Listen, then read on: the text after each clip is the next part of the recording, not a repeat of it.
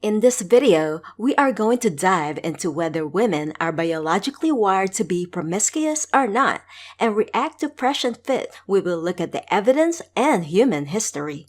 So when you say, why is it not socially acceptable for women, because that's your main question, why is it not socially acceptable for women to have multiple men?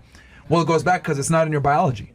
Because you just admitted, if you're with a guy that you like, you don't want to have other men. Most of you, if you're with a guy that you actually like, you want to be monogamous.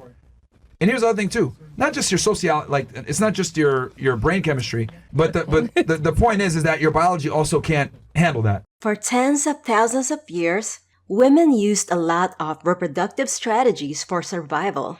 One of them was sperm competition. If a woman has sex with 5 men in one day, she increases her chances of conception. If thousands of sperms are competing with each other, they become stronger and faster as they try to reach the woman's egg. Think about this. If you have a breathtaking, beautiful woman, you feel like you have to do your best, otherwise she might find someone better.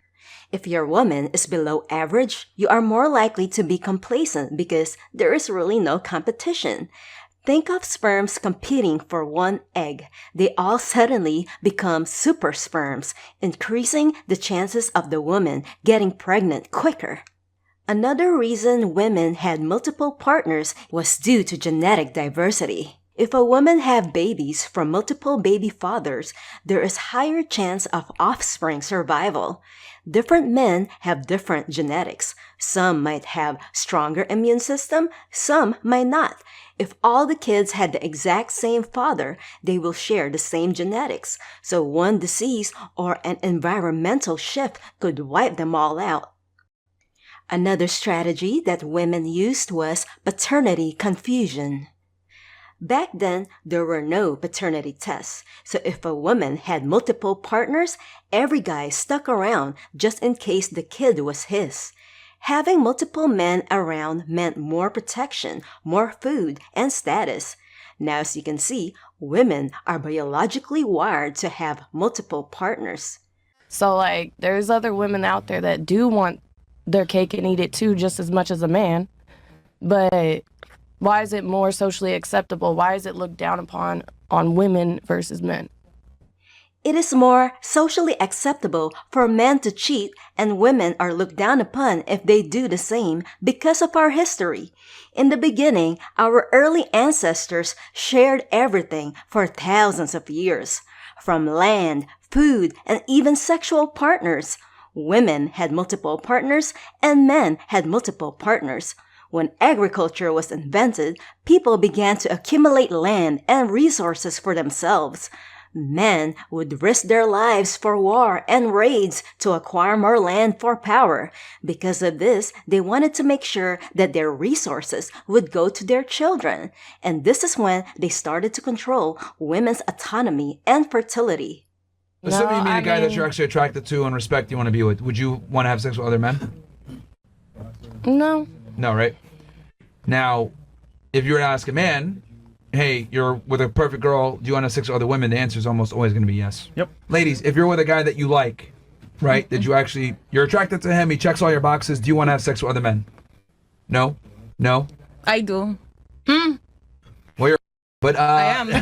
But see, why is it I like, yo, she's a whore? it goes both ways. Yeah. Let us be clear that wanting to have sex with another person other than your partner is different from actually acting upon that desire. There are over 6 billion adults in the world.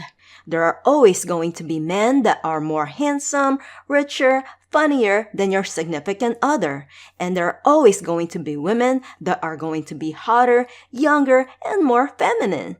But based on studies, most men and women do not act upon their lust. Most actually remain faithful. According to study by the Kinsey Institute, among unmarried couples, 23% of men and 19% of women have cheated. And as years go by, the gap is closing between men and women as women start to have more autonomy, social empowerment, and financial independence. How many children can you have per year, assuming it's not twins? I mean, one, right? Okay. So, how many kids can a man have per year? I mean, a bunch if he's with other women, yeah. Yeah. So, in other words, eggs are expensive, sperm is cheap. The result of sperm meeting with an egg can be very expensive. According to statistics, it costs about $300,000 to raise a child up to the age of 18. Men cannot go around having sex with multiple women and risking financial burden. Most men today earn an average income of around $48,000. It takes a lot of time and energy to accumulate $300,000. In conclusion, both men and women are biologically wired to want multiple partners, but due to different reasons. At the end of the day, it is our culture, our environment, and our personal circumstances that will ultimately lead us to making choices. If you don't want to cheat on your partner, understand self-discipline and create boundaries. If you are in an open relationship with your partner and you both agree to it and you're happy, kudos to you. But if you cheat and use biological wiring as an excuse for being dishonest, then that is not okay. I hope you guys learned a lot from this video. Hope you guys stay alert and stay smart.